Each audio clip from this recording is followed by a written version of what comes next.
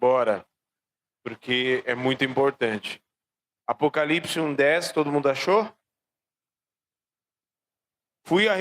Eu fui arrebatado em espírito no dia do... Quem? E ouvi detrás de mim uma grande voz, como de trombeta, que dizia: o que vês?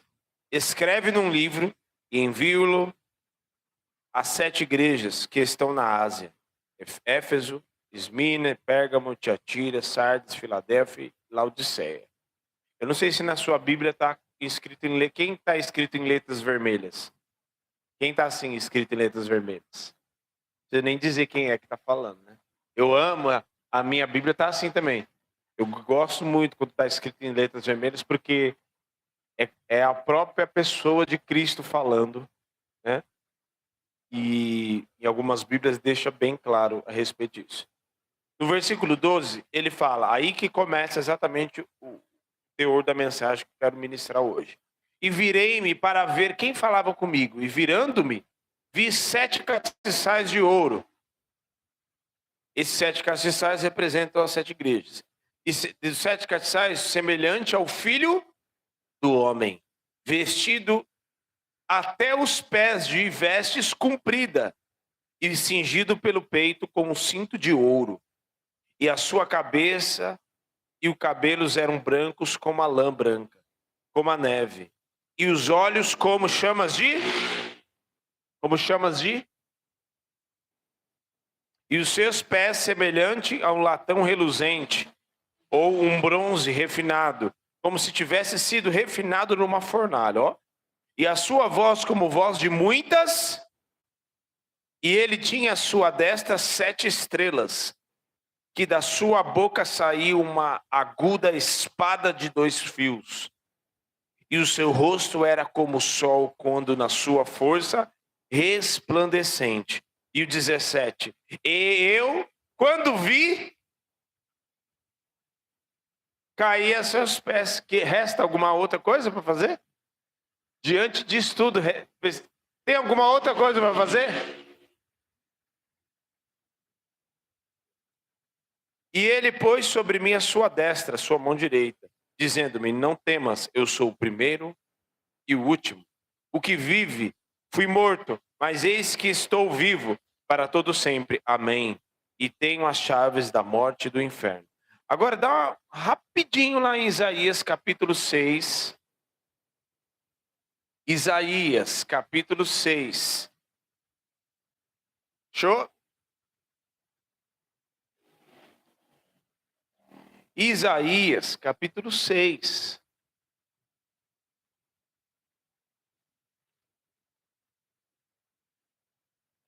Show? No ano em que morreu o rei Uzias, eu vi ao Senhor assentado sobre um alto e sublime trono, e o seu séquito ou as suas vestes enchiam o templo. Os serafins estavam acima dele. Cada um tinha 6 asas, com 2 cobriam o rosto, com 2 cobriam os pés, com 2 voavam. E clamavam uns para os outros, dizendo o quê? Santo, santo, santo é o Senhor dos... Toda a terra está cheia da sua... Detalhe, eles poderiam falar tantos atributos, né?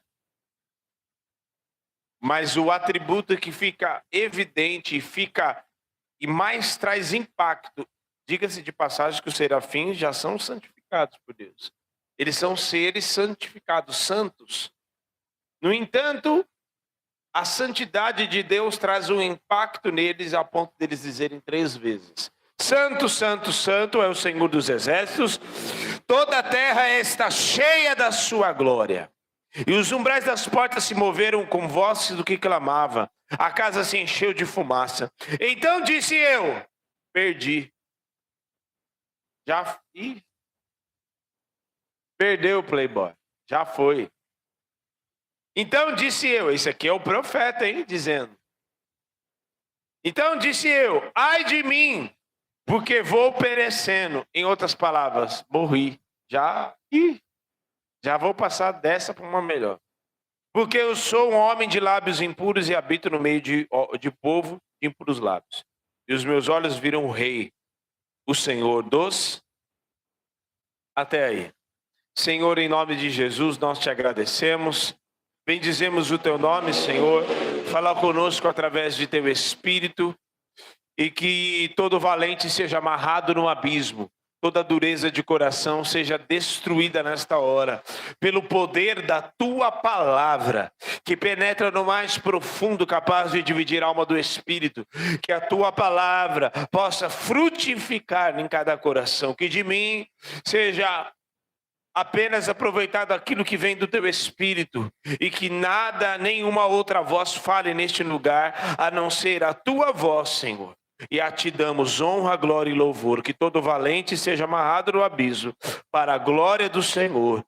Quem tem ouvidos, ouça o que o Espírito diz à igreja. Amém e glória a Deus. Amém. Glória a Deus, pode se assentar.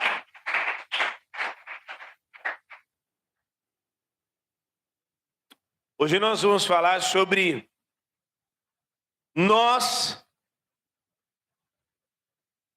diante do Cordeiro. E nós temos, o ser humano, na verdade, de um modo geral, ele tem um triste hábito, um triste comportamento de querer se comparar com outras pessoas. De querer a todo momento, querer se comparar dos seus feitos com aquilo que ele conquista, com a sua personalidade, com aquilo que ele tem, com aquilo que ele possui, com posses, com seus gabaritos intelectuais, sabedoria, com aquilo que ele sabe. E querer comparar com outras pessoas para se sentir bem. Então tem pessoas que ela não conta para ninguém, mas só o fato do outro, às vezes até da mesma família, veja bem, de ver que o outro não está tão bem assim, ou ela tem mais condições financeiras do que a outra. Então, internamente, às vezes a pessoa nem diz nada para ninguém, mas no seu interior, ela se sente bem. E a efeito de comparação, ela acaba colocando e colocando na balança as suas conquistas, detrimento das conquistas das outras pessoas. Só que, na verdade, a nossa comparação, qualquer tipo de comparação entre nós e qualquer outra pessoa é completamente equivocado, completamente errôneo. Por quê? Porque você é você e eu sou eu. Diga assim, eu sou eu e o outro é o outro. Ponto. É completamente equivocado a comparação com qualquer outra pessoa. Por quê? Porque Deus fez cada um particularmente, individualmente único.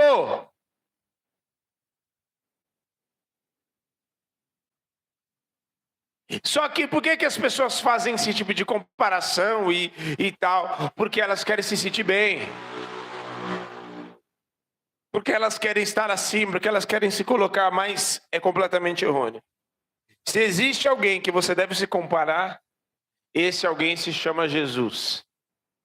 Aí eu quero ver você se colocar e a balança ficar certinha do seu lado. Sabe por quê? Porque quem somos nós diante do Cordeiro? Quando você se coloca e se compara diante do Cordeiro, e as pessoas têm mania de se comparar e tal. Não, se compara com o Cordeiro. Ah, não, eu estou passando uma luta e tem pessoas que contam as suas lutas, as suas dificuldades, parece que é exclusivo dela. Irmão, olha o que Jesus passou na cruz, olha o que ele passou no Getsemane, olha o que ele passou diante dos fariseus, olha as dificuldades, olha no deserto, 40 dias jejuando, sem comer nada.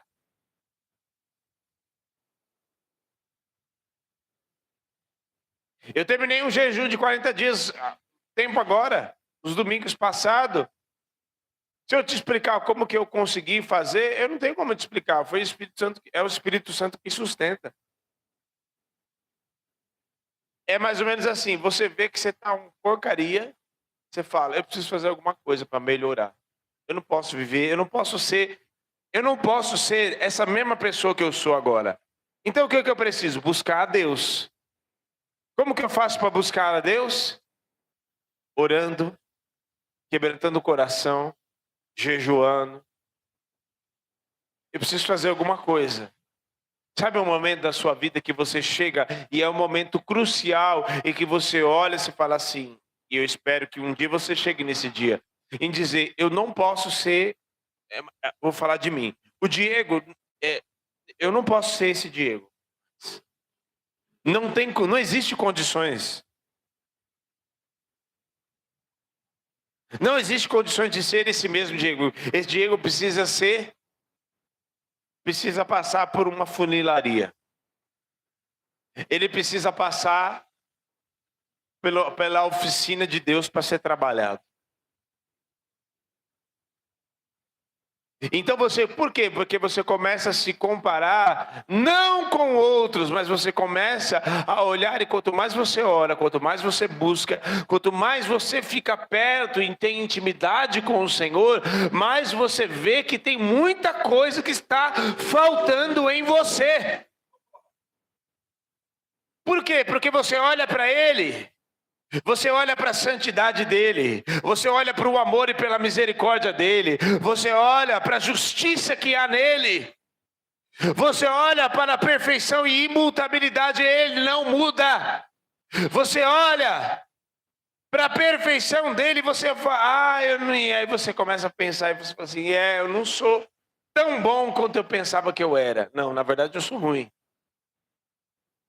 Por que eu estou falando isso? Porque no mundo que a gente vive, e aí o evangelho que tem sido pregado por aí, o evangelho, ele prega que a gente é bom. O evangelho que tem sido pregado tem colocado o homem no centro e Jesus como um mordomo, com uma bandeja te servindo e falando, não, você é o bonzão e eu preciso te servir.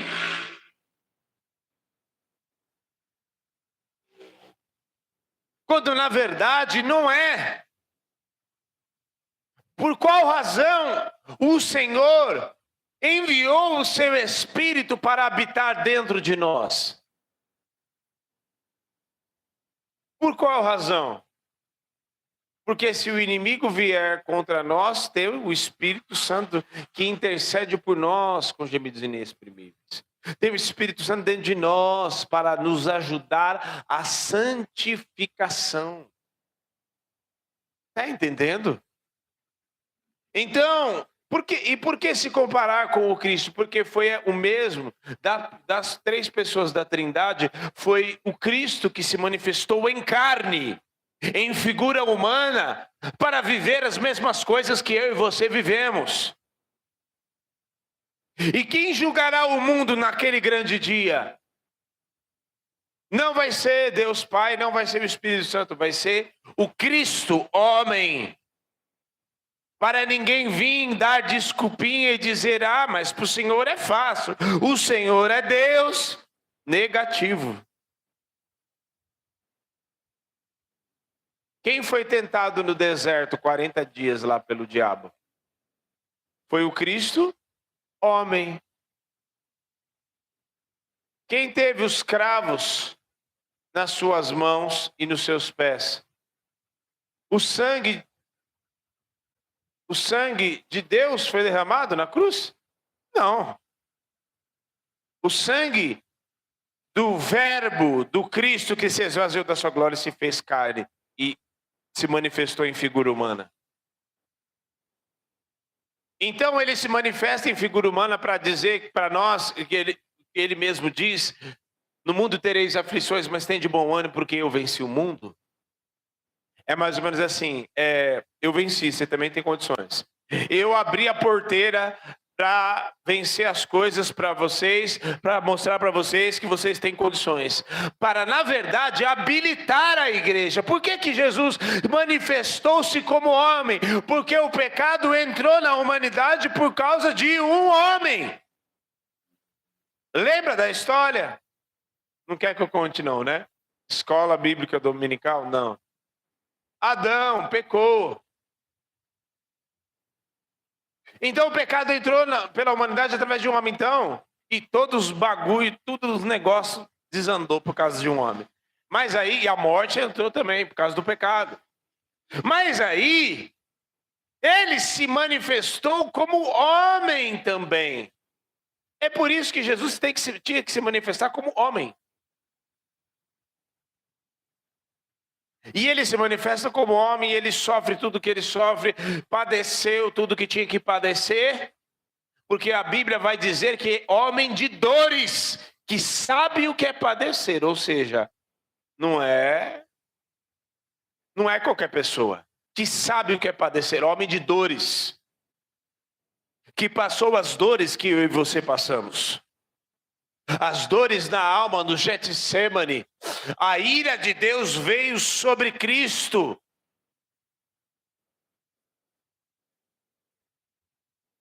E a sua alma foi deslacerada também. Não foi só o corpo de Cristo, mas a sua alma também. E nós, quando nós os comparamos e vemos o Cordeiro, vemos o quão distante nós estamos. Vemos o quão distante, o quanto muitas vezes uma lutinha de nada já nos distrai com qualquer coisinha que Satanás abana, a gente já fica vislumbrado e achando. Vemos o quão distante estamos do Cordeiro, que a si mesmo se humilhou e foi obediente até a morte, morte de cruz. Vemos o quão distantes estamos dele quando uma lutinha de nada já abala a nossa fé. E o texto diz que ele foi obediente até a morte, morte de cruz. A pior morte que alguém poderia viver, a morte mais agonizante que existia na época.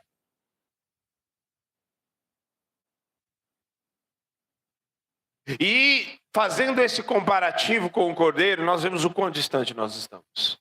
Ah, pastor, mas aí você está apelando, né? Não estou apelando não.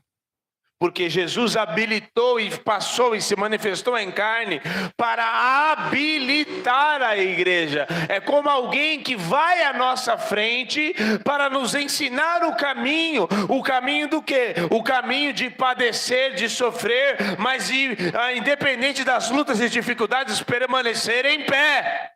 Porque ele mesmo diz, aquele que perseverar até o fim será salvo.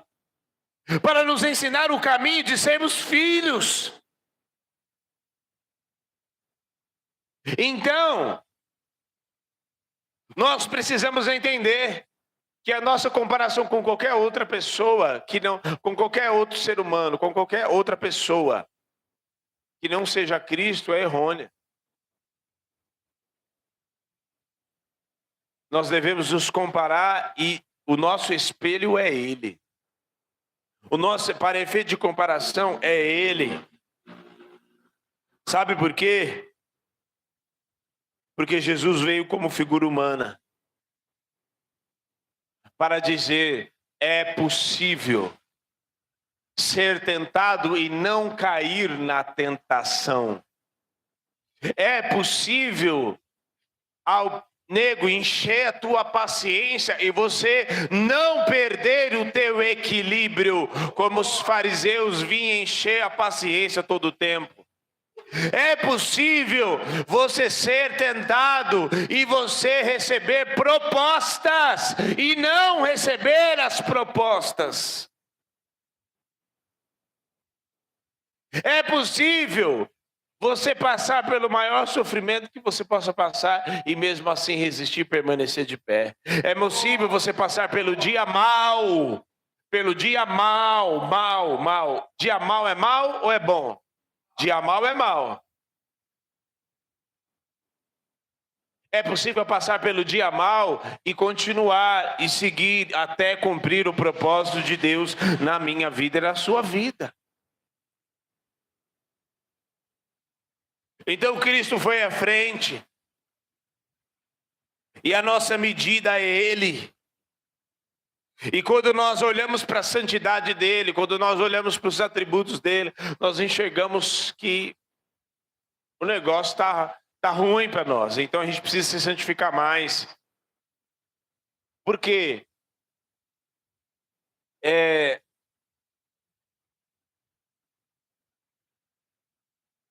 Tentar ilustrar. Sabe quando você faz uma comida muito boa? E na sua concepção a comida está boa. Sabe quando você faz um arroz e um feijão? Vai, uma coisa simples. Quem aqui sabe fazer arroz e feijão? O Gabriel sabe fazer um arroz e feijão. Só se foi estragado, né? Menino. Sabe fazer arroz e feijão, né? Você fez um arroz e feijão. Aí você fala assim, nossa, fez um arroz e feijão. Aí você faz aquele arroz, nossa, que gostoso, tá bom. Mas aí você vai para um outro lugar, para alguém que já tem anos de experiência, e faz um arroz e um feijão, e você prova daquele arroz e feijão, e você fala, nossa, eu pensei que o meu arroz e feijão era bom, mas eu provei algo que é muito melhor do que o meu. E na nossa, estou usando essa ilustração, mas poderia usar tantas outras, porque são coisas que a gente pensa que a gente está bom.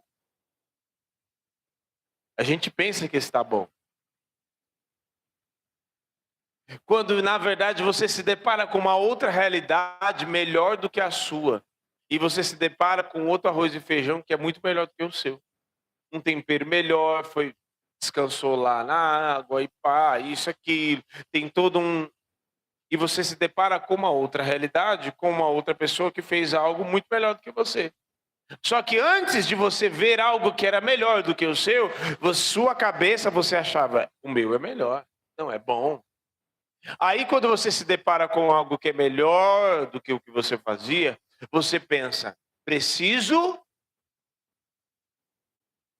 melhorar. Não.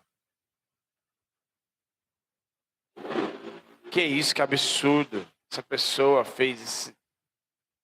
Muitos endurecem o coração e ao invés de pensar, preciso melhorar, não. Só que diante do Cordeiro, e o texto vai dizer, já lá, nos últimos dias, quem subsistirá à ira do Cordeiro? Quem há de permanecer? Quem vai poder resistir o dia da ira do Cordeiro? Aí não tem dureza de coração, meu filho.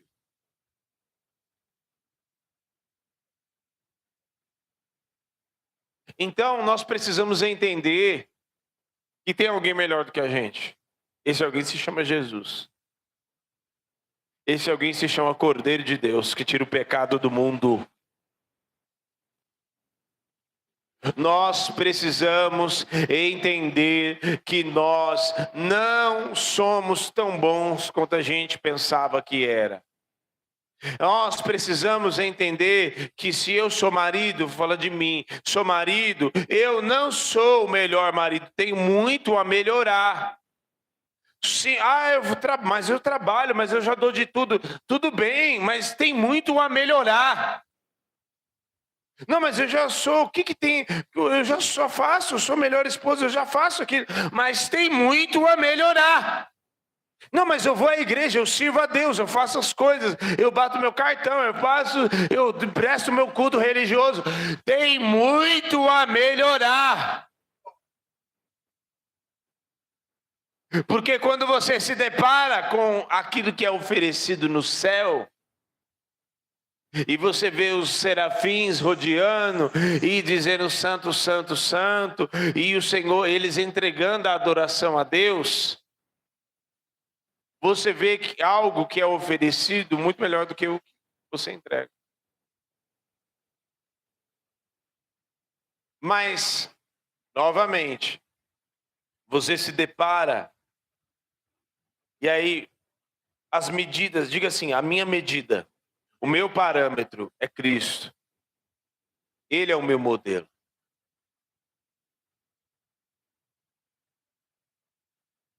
Sabe existem 4 coisas que Jesus pediu e que você observa a palavra dizendo para a gente ter o mesmo que ele. A primeira é santidade, a segunda é humildade, amor e obediência e submissão. O texto vai dizer em Pedro, em a carta que o apóstolo Pedro escreve, refutando aquilo que já estava escrito nos Salmos, dizendo, sede santos como eu sou. Ou seja, ele está dizendo, eu sou modelo de santidade. Qual é o modelo de santidade na nossa vida? Só existe um lugar, Deus. Então ele diz, eu sou o modelo de santidade. Então vocês sejam santos como eu sou santo. E santidade continua ainda sendo pré-requisito para entrar no céu, querido. Tem muito crente aí que quer viver do jeito que quer. Cada um viva a sua... Tem o direito de viver a vida que quer viver, não tem? Tem. Mas tem o dever de assumir as consequências também. As pessoas têm o que tem, depois que assim, os nossos olhos se abrem, a gente começa a enxergar coisas que a gente não queria enxergar. E às vezes a gente acaba descobrindo crente que vai à igreja, e eu não estou falando só daqui, eu estou falando de um contexto geral, desses 20, eu tenho 40, nesses 23 anos, desde que eu entrei à igreja e aceitei Jesus e tal. Eu estou falando, depois os seus olhos se abrem, você descobre tanta coisa. Você fala, gente, mantinha uma fachada dessa para quê? E santidade continua sendo pré-requisito para entrar no céu. Porque inclusive tem um louvor da harpa cristã dizendo que no céu não entra pecado. Não entra. Não entra pecado no céu. Tem que ser lavado e remido no sangue do Cordeiro e assim permanecer. Ah, pastor, mas ele é fiel e justo para nos perdoar. É fiel e justo para nos perdoar. Mas eu vou ficar igual um cachorro que o Provérbios fala que vai ficar voltando, comendo o mesmo vômito? Não. Não. Santidade. Santidade no quê? O texto mesmo já se explica, não preciso ficar explicando. Sede santos como eu sou santo em toda a vossa maneira de viver.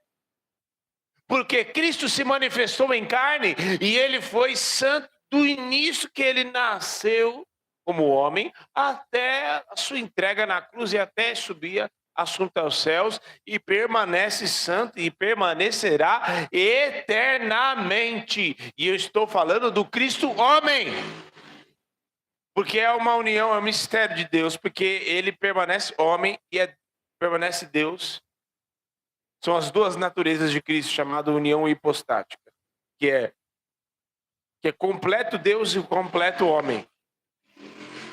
E permanece santo eternamente. E aí ele permanece santo, o Cristo homem, porque o Deus sempre foi santo. Não sei se está dando para entender. Está entendendo? Então Cristo é santo, a sua natureza é santa, natureza santa, comportamento e personalidade, caráter santo. Santo. Não pecou em toda a sua trajetória, a cruz e após a cruz e a sua, até ser assunto aos céus. Sede santo em toda a vossa maneira de viver. Significa que existe roupa santa? Não. Não necessariamente. Mas então, pastor, pode entrar, pode vir de ministrar para a igreja? Não, estou falando isso. Estou falando que, porque nudez Nudez é falta de santidade, é ou não é? Nudez não é falta de santidade? Ou eu estou na igreja errada? Nudez é falta de santidade? Mostrar o corpo para... Vamos esclarecer aqui. A mulher deve mostrar o seu corpo para quem? E somente para... E o seu maridão tem que mostrar o corpo somente para... Então, estamos conversando. Não, mas a pessoa, pastor, não está nua. Ela só está mostrando as pernas. É assim que começa. Se você for defraudar o teu irmão, sabe o que é defraudar? É você despertar um desejo na vida de uma pessoa que você não tem condições de suprir. Irmão, não estou falando também para você andar igual aquelas mulheres muçulmanas, né, que cobre tudo. Mas eu penso assim, porque também eu já vi mulher pseudo-crente vestido de saião das pés à cabeça, mas a pombagira estava lá. E não é figurativamente, não. É literalmente. Eu vi. Então, santidade, irmão. Santidade é em toda a vossa maneira de viver. É da cabeça aos pés. É quando você vai no espelho. É quando você pensa. Nos pensamentos, porque a tua boca, os teus olhinhos podem esconder as coisas do pastor, mas os teus pensamentos estão lá latentes e audíveis diante de Deus. Então, seja santo em toda a vossa maneira de viver. Pastor, mas de vez em quando eu estou ali na minha casa, eu vou orar, ou então eu estou em casa, ou então eu estou indo dormir, ou então eu estou lá, tal, não sei o quê, e de repente vem uns pensamentos assim na minha cabeça, uns negócios esquisitos, que vem umas perturbações assim, manda embora. E permaneça com a tua cabeça e tua mente santa. Entendeu? Quem aqui? Vou levantar a mão também. Quem aqui vocês, de vez em quando você está lá e vê uns pensamentos esquisitos na tua cabeça, e vê umas setas do inimigo? Mentir não pode não, viu? Tem, irmão. Mas aí você vai deixar, ai, é isso mesmo, né? Não, que é isso mesmo, nada. Tá repreendido em nome de... Vai embora com essa seta do inferno. Ponto final. E já bota um louvor lá e enche a tua cabeça com as coisas do céu e glória a Deus. Amém. Santidade. Jesus foi santo? Foi. Foi ou não foi? Foi quando ele esteve aqui na terra? Foi. Permanece santo? Ele é o nosso modelo, ponto final. Mas e quando o irmão é santo? Tem pessoas que são referências, que são bênçãos e que são instrumentos de Deus para despertar em nós e falar assim, eu acho que eu preciso buscar mais a Deus, porque olha o jeito que fulano anda. Olha mulheres, por exemplo, você vê o procedimento de algumas mulheres, assim, não, eu preciso andar mais igual fulano, preciso ser, mas o nosso modelo é Cristo. Ele é o nosso modelo. Humildade, aprendei de mim. Só quem lê Bíblia. Aprendei de mim, porque sou humilde, manso e humilde de coração. Aprendei de mim. Aprenda. É mais ou menos assim. Vem em mim que você passa de ano. Humildade. Você vê os fariseus enchendo a paciência. Dá-nos um sinal de que tu és o filho. Se tu és, dá-nos um sinal. Dá-nos um sinal, dá-nos um sinal, dá-nos um sinal. A pessoa você tem que provar que você já é o que você é. Você tem que provar. Eu vejo cada... Ai, meu Deus. A pessoa foi e perguntou assim, você tem que provar hoje que você é homem. A pessoa fez a seguinte pergunta para o rapaz. Perguntou assim, por que você é homem?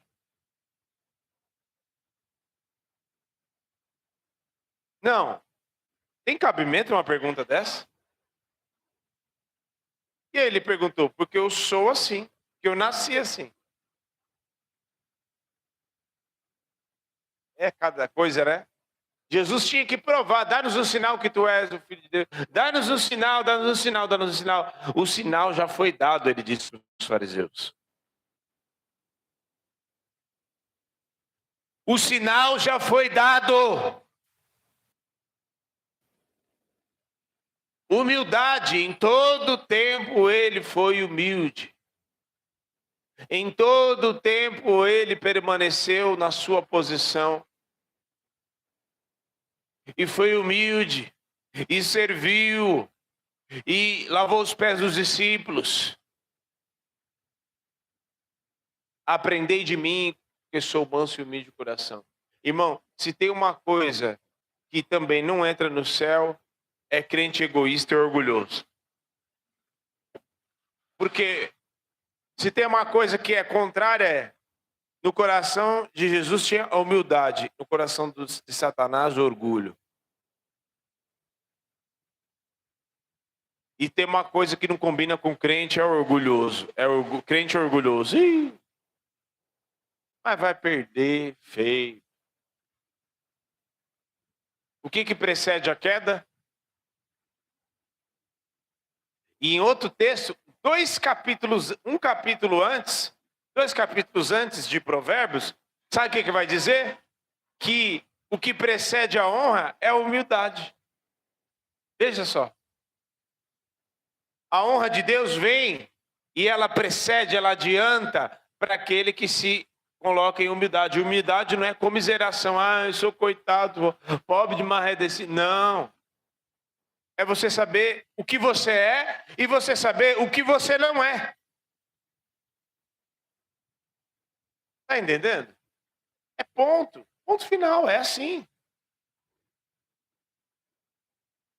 No caso de Jesus, sabe o que é humildade muitas vezes? É você, o próprio Flávio já me citou algumas vezes que o chefe dele está lá, e é o chefe, é o dono do restaurante, é o dono. O dono. O que é um dono? É o cara que manda na bagaça toda. E ele chega no Flávio e fala assim, sobra às vezes algumas coisas, o próprio chefe pergunta assim pro Flávio, Flávio, eu posso pegar?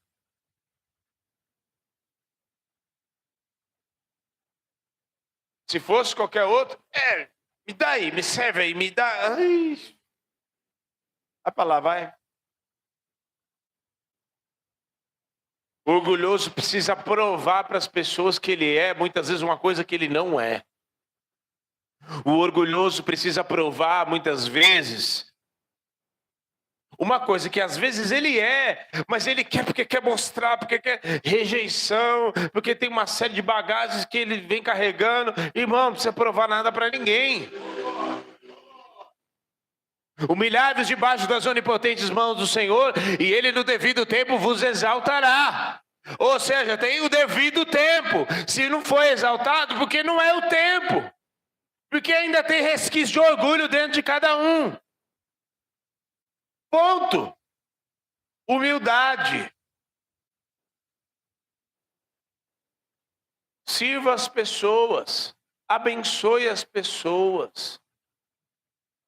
Não queira as coisas só para você, para o seu bel prazer, não. Abençoe. Isso é um sinal de humildade também. Entendeu? Sabe, uma coisa que eu sempre abominei, e graças a Deus, né?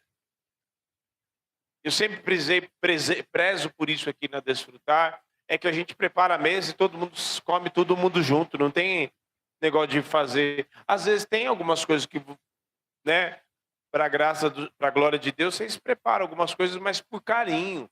Eu não exijo nada disso de vocês. Vocês fazem por carinho, né? A Nilda às vezes traz um negócio que ela faz lá, né? E glória a Deus, o Flávio, mas amém, irmão.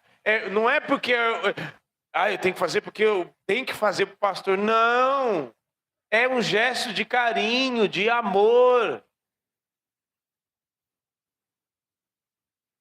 Entendeu? Assim como às vezes eu mesmo estou aqui, sei lá, sirvo café para dona Margarida, trago um negócio, às vezes estou ali, esses dias mesmo está cortando um bolo da pastora aqui, eu fui servir alguns de vocês. E, sabe?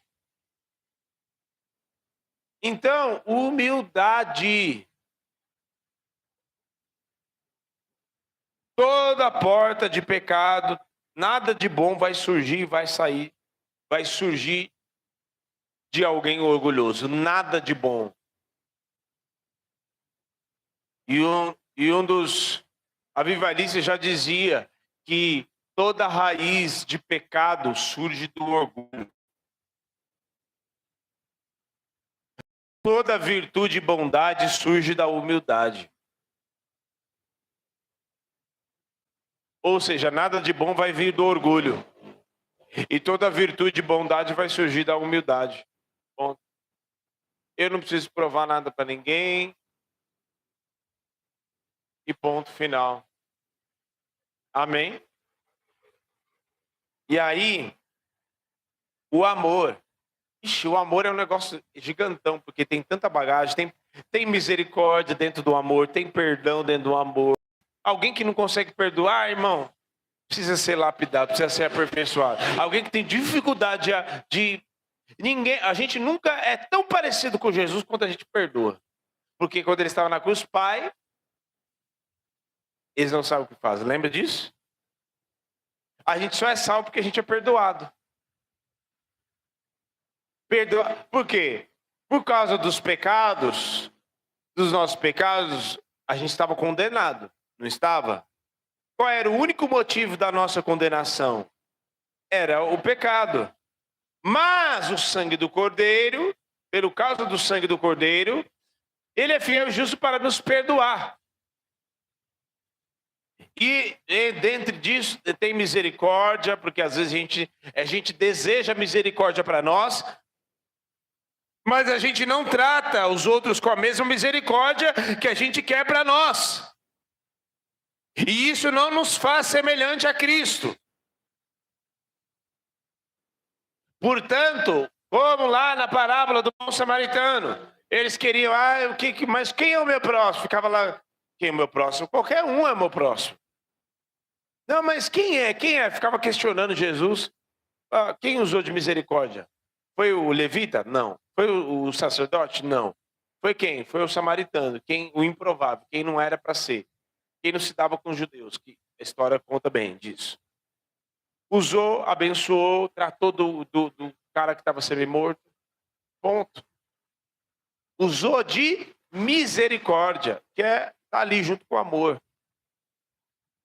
E o texto de 1 João vai dizer que, falando sobre o amor, semelhante a Cristo, não tem... A Bíblia vai dizer da característica que Deus não tem amor. Não é isso? Deus é amor. Mas amor é assim aquelas coisas românticas do Hollywood, das novelas mexicanas que passa a tarde numa emissora aí? Não, amor. Mas eu não tô assim, não tô igual os casamentos frajutos. Mas eu não amo mais. Vá catar coquinho, vai. Toma vergonha nessa cara sua. Vai regar esse negócio aí, rapaz. Amor é cultivar todos os dias. Mas eu não estou mais apaixonado. Então, graças a Deus, porque já passou a fase da paixonite, estou... Não. A pessoa fica vislumbrada, igual um besta. Todo mundo vai passar por isso. O amor amor é atitude. Jesus não falou assim, eu não estou mais sentindo de ir para a cruz, eu acho que eu não vou não. Jesus sentiu de ir para a cruz? Não, Jesus decidiu ir para a cruz. Amor é uma decisão, é atitude, não é amorzinho de Hollywood, não. Amor, quem ama decide continuar. Estou falando isso porque até dentro da igreja, um monte de porcaria já entrou já. Por que não... Fulano separou? Você só fica sabendo depois que as bombas já explodem, né? Mas o que aconteceu? Ah, fulano não está mais junto. Por quê? Incompatibilidade. A incompatibilidade aqui na. Acorda para a vida, gente. A gente tem que aprender, quem tem filho, aconselha o seu filho. Você casou, meu filho, escolhe bem. E depois que você casou, salvo por agressão, por traição, essas coisas, filho, você casou, não vem com essas histórias, aí não tô gostando mais, não tá gostando, pois vai aprender a gostar. Você vai regar esse negócio, você vai dobrar os teus joelhinhos no chão, você vai orar porque você casou, pois agora você chupa essa manga. Não tem historinha de essa igreja, já pensou Jesus? Essa igreja só me dá trabalho. Olha o Espírito Santo. Jesus deitado num divã, o Espírito Santo ali e o Pai. Essa igreja me dá tanto trabalho. Olha aí o outro, mal acabou de levantar, já está ali se achando. Eu estou usando ele está achando que é ele que está fazendo. Olha, só me dá trabalho. Já pensou? Jesus casa, divorcia com a igreja, casa, divorcia com a igreja. Não. Amor é decisão, é atitude. E o texto vai dizer em 1 João, se alguém não ama, o amor do Pai não está nele. Como eu posso dizer? Ninguém pode dizer amo a Deus e odeio meu irmão. E quando fala irmão, é a esposa, é todo mundo irmão. Minha esposa é minha irmã em Cristo, só para deixar claro isso. Que antes dela ser minha esposa, ela era minha irmã em Cristo. Aí a gente começou a se gostar, só love, casou. Né?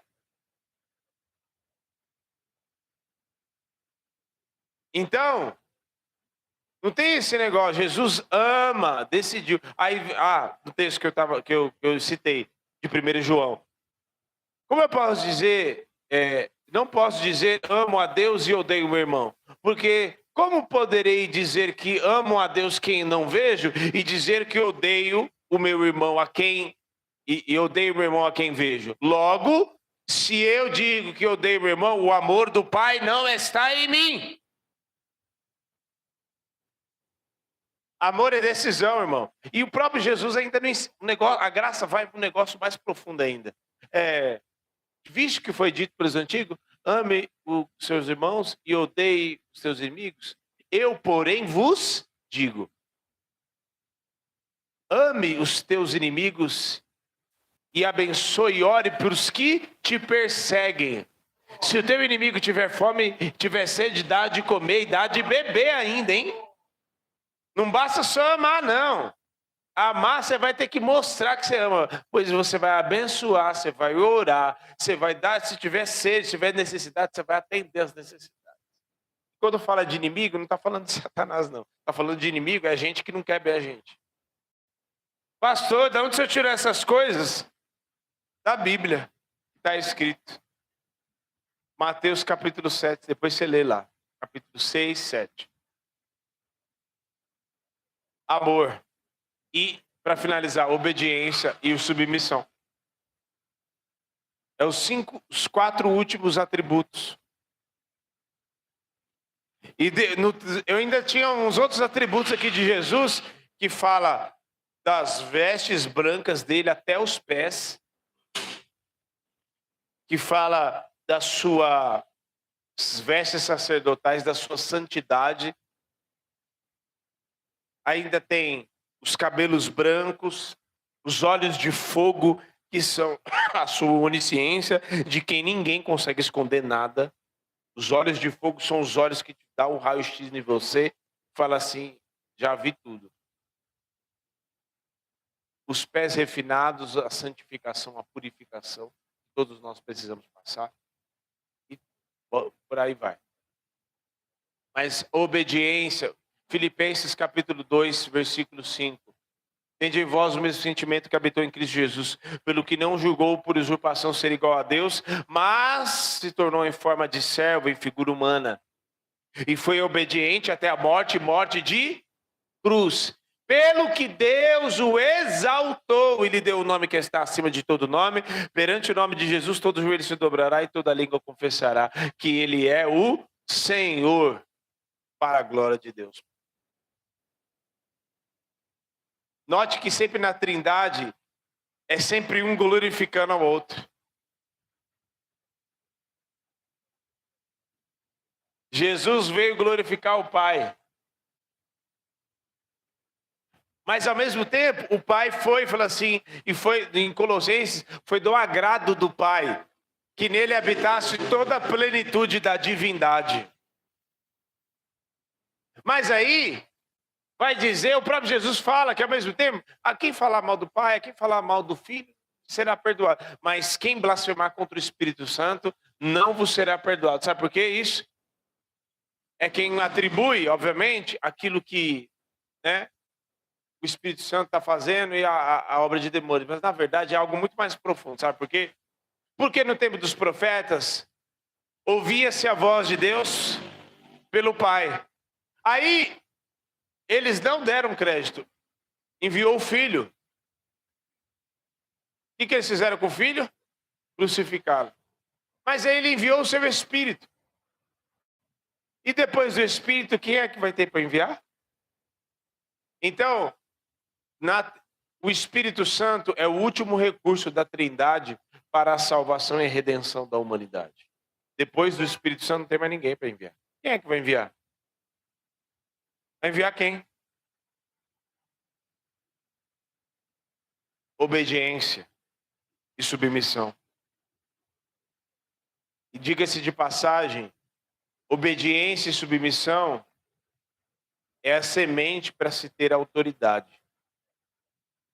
Porque Jesus, ele foi humilde primeiro. E depois o Cristo homem foi exaltado e foi lhe dado autoridade. Deixando bem claro, não foi dada autoridade para o Cristo Deus, o verbo. Não. Deus sempre teve autoridade, sempre teve todo o poder, sempre foi onipotente, sempre foi onipresente, sempre todo poderoso. Mas o Cristo se manifestou em carne. E foi lhe dado poder e autoridade. Mas primeiro ele foi o quê? Obediente e submissão. Tem muita gente por aí afora querendo ter autoridade, querendo ter, oh, a glória, e agora caia por terra. Mas não é submisso a ninguém. Mas endurece o coração, mas quer fazer tudo do seu jeito. Não é submisso nem a Deus, quanto mais a homens. Irmão, todos nós precisamos nos submeter. Esses dias eu estava lá, fui lá, acho que foi no Espalhando Amor que a gente foi fazer as coisas lá, e eu estava conversando com o Zé Carlos. Assim, todos nós precisamos ser submissos. Todos nós dependemos uns dos outros, irmão. O Zé Carlos, você tomou uma anestesia geral, não foi? Você não teve que depender de alguém? E você estava dormindo. Pior ainda, porque melhor ainda, né? Você estava lá, desacordado e dependendo dos outros para consertar o braço ali. E não foi bênção, glória a Deus. Você vai lá para comprar o seu pão, você depende de alguém. O padeiro que fez o pão para te servir lá e tal, e te dar um negócio. De não agir de ruindade e colocar a gilete, porque eles cortam, né, o pão assim. E de falar assim, também vou lascar com a vida. Colocar uma baratinha, um bicho lá qualquer. Todos nós dependemos uns dos outros. Submissão. Alguém quer ter autoridade? Você quer ter autoridade? Aprenda a ser submisso. Aprenda a ouvir a voz de Deus e obedecer de cara. Ah, mas eu não estou entendendo, irmão. Você não vai entender. Você quer entender um Deus poderoso, criador dos céus e da terra? Você não vai, tem coisas que você não vai entender mesmo, e nem é para você entender. Seja submisso, aprenda a ser obediente a Deus. E muitas vezes obediente, quanto mais a gente endurece o coração, quanto mais o nosso coração fica emburradinho, mais as coisas andam para trás e fica paralisada na nossa vida. E detalhe, quer ter autoridade? Seja submisso. Falei esses tempos atrás para os homens no discipulado. Tem muito homem que quer ter autoridade. Eu sou o cabeça, mas não é submisso a Deus. Mas endurece o coração. Você quer impor a sua autoridade, meu filho? Vai. Não adianta não. Amém? Em resumo de tudo isso que nós falamos, Cristo é o nosso parâmetro. Queria que você fechasse os teus olhos e que você refletisse em tudo isso que nós falamos aqui. Cristo é o nosso parâmetro. Jesus é o nosso parâmetro. Jesus é o nosso espelho de santidade, de obediência, de humildade, de amor. Ninguém amou como Ele. Amai-vos uns aos outros como eu vos amei.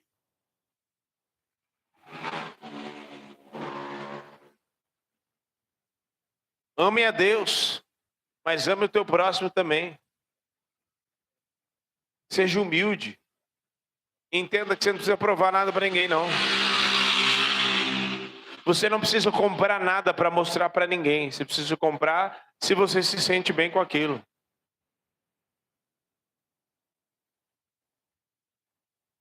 Eu vi certa vez um documentário de um artista famoso aí e tal. E ele falando que um tal do MC lá, um cara cantor famoso, chegou na esposa dele e falou assim, libera o fulano para comprar a Ferrari, o carro tal, assim. Aí a esposa dele falou assim, pra quê? Acabou a conversa ali. Eu acredito que se você responder essas perguntas, pra que você quer tal coisa? Eu quero ser pastor. Pra que você quer ser pastor? Ah, não, mas eu quero ganhar muito dinheiro. Pra que você quer ganhar muito dinheiro? Você responde 100% das perguntas. Ah, não, mas eu quero morar numa casa melhor. Pra que você quer morar numa casa melhor? Aí tem gente que fala, não, porque eu quero dar uma condição melhor para os meus filhos. Tem certeza que é só para isso que você quer? Não, eu quero um carro melhor. Para que você quer o carro melhor? Humildade, irmão. Aí você vai descobrir se você tem humildade mesmo. Não, eu quero ministrar, eu quero aprender a ministrar a palavra de Deus. Para que você quer isso? Aqui no altar. Porque pregar a palavra e ministrar, você pode ministrar em qualquer lugar. Você não precisa do altar aqui. Semelhança com Cristo. Aprendei de mim, porque sou manso e humilde de coração. Amai-vos uns aos outros como eu vos amei. Se vós me amais, então obedecei o que eu vos mando. Palavras de Jesus. Sede santos como eu sou santo.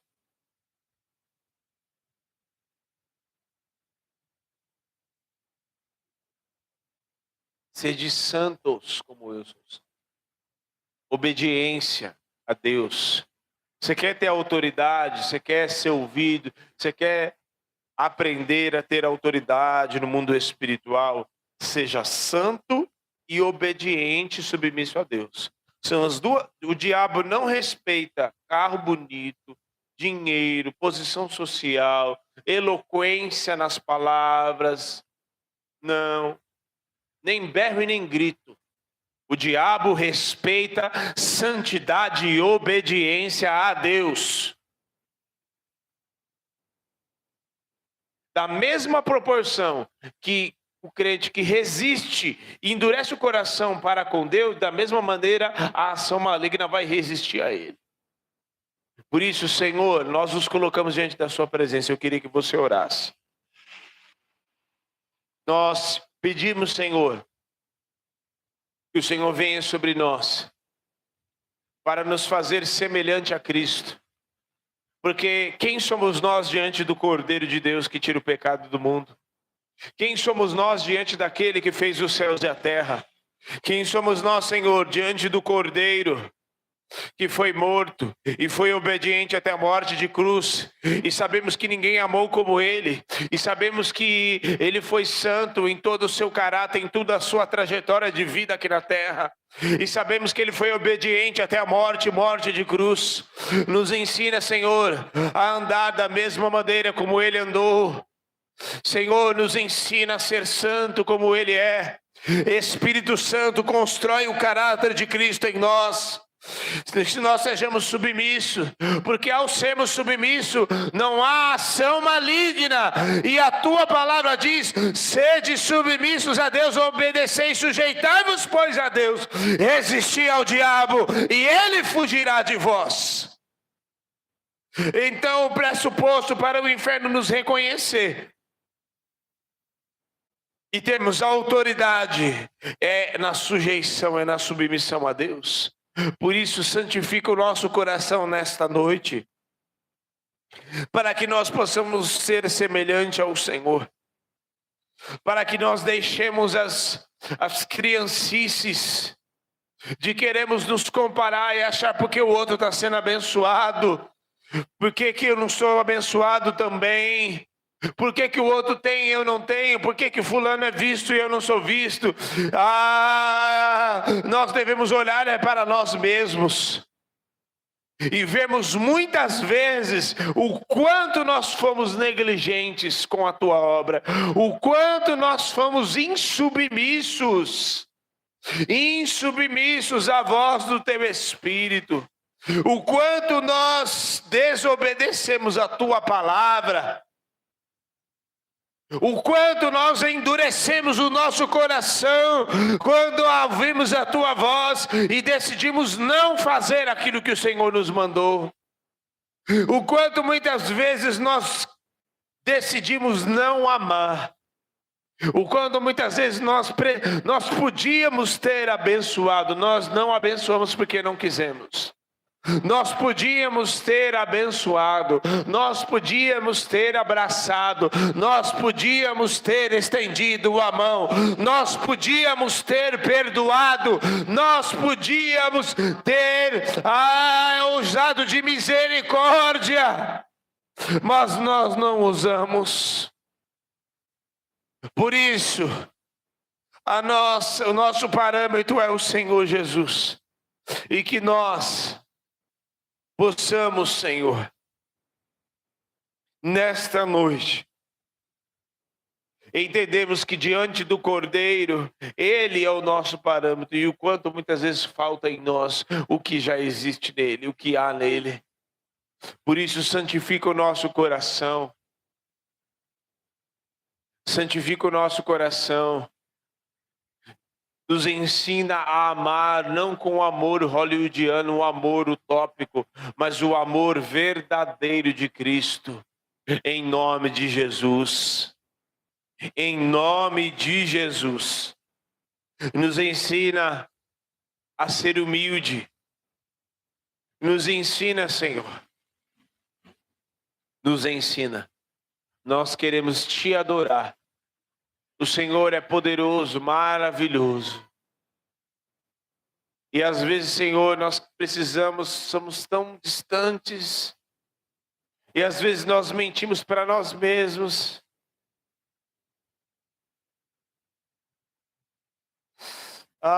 Meu Deus. Às vezes nós lutamos, temos guerras espirituais, mas a maior guerra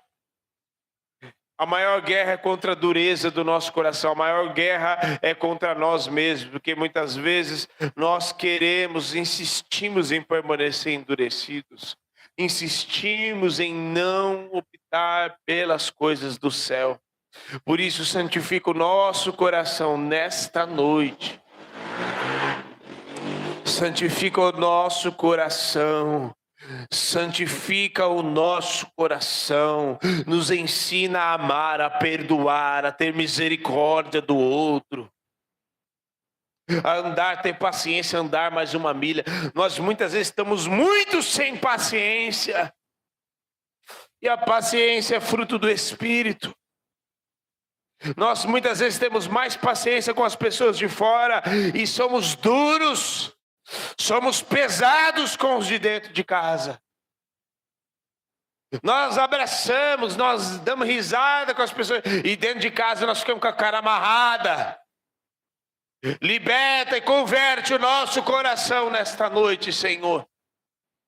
Em nome de Jesus.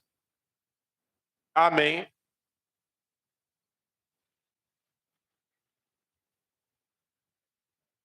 De tudo isso que eu falei, Que você possa viver essa palavra e desfrutar do amor de Deus em todas as áreas da sua vida, em nome de Jesus. que o amor do Pai, que a graça salvadora de Jesus e a comunhão do Santo Espírito da promessa esteja sobre a tua vida, sua família. Amém.